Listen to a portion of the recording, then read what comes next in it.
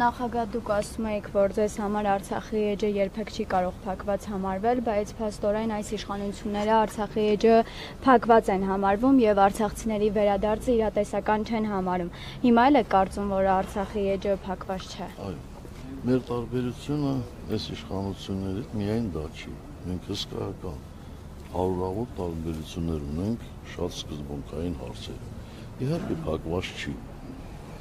Դուք հնարավորություն ունեք ուսումնասիրելու, ես չեմ ասում, որ դա արդեն, չգիտեմ, կանխորոշեց Արցախի լինելու հարցը, բայց նայեք, թե Միացյալ Նահանգների կոնգրեսականները ինչ առաջարկություն են մտցրել կոնգրես, նայեք, տեսեք, թե ռուսական վերլուծաբանները ինչպիսի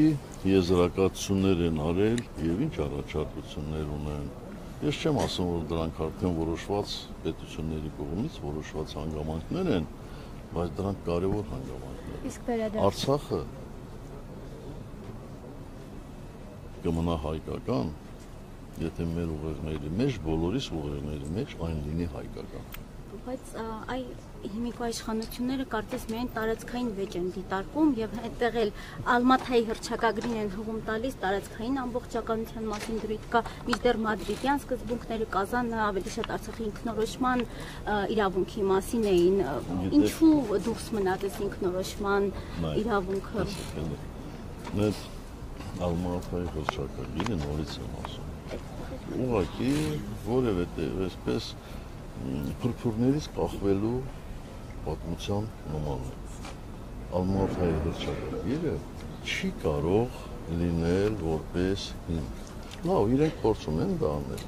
Այդ դեպքում մեկ այլ բան ասեմ։ Ալմաթայի հռչակագրից բառացիորեն ամիսներ առաջ եղել արդեն հայ-ադրբեջանական սահմանների դելիմիտացիան դեմարկացիա։ Բայց ինչու դրանով չեն առաջում։ Ինչ է նորից անում դա։ Դա անհասկանալի է, հասկանալի չի կարելի։ Հնարավոր չի 3-4 փաստ համադրել եւ ասել էսա։ Այս մարդիկ ուժի զորով ուզում են ամեն ինչ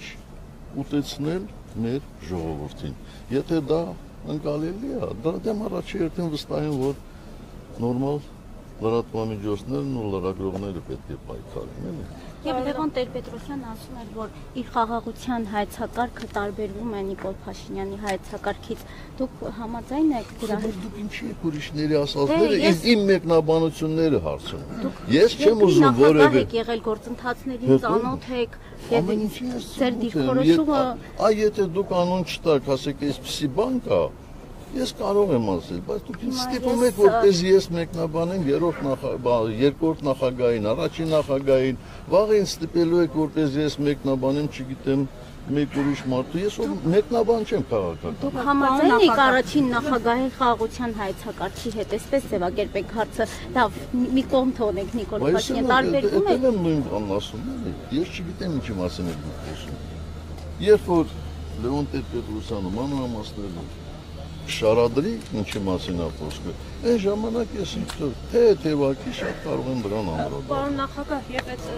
Վաշինգտոնյան փաստաթղթի հետ կապված ի վերջո Ալիևը անվանում է Զանգեզուրի միջանցք։ Փորձենք հասկանանք հիմա Թրամփի ուղի թե Զանգեզուրի միջանցք։ Բայց մենակ Ալիևն է դա անվանում։ Բոլորն է, բացի այսօրվա Հայաստանի կառավարչից, բոլորը դրան Զանգեզուրի միջանցք են անվանում։ Բոլորը այդպես են, ասինքն ադրբեջանցիները թուրքերը վաղուց են, չէ՞ դրա մասին խոսել։ Այն ժամանակ չեն ասել, չէ՞, վերցնենք մեկի անունով դնենք, մյուսի անունով դնենք, դրանք Զանգեզուրի միջանցք է։ Այսինքն ես դեմ չեմ ուրիշ ժողովուրդների անվտանգության ապահովմանը, իրենց